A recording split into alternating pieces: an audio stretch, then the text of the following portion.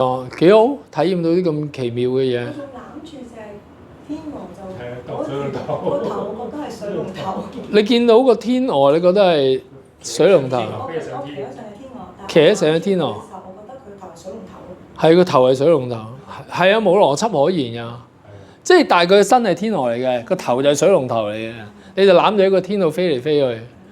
最尾幫佢做咗一樣嘢咧，咁係咧係可以將入邊身體一啲負能量嘅嘢咧清咗佢。係由頭，佢係 feel 到係頭通過 body 手腳板就將清晒。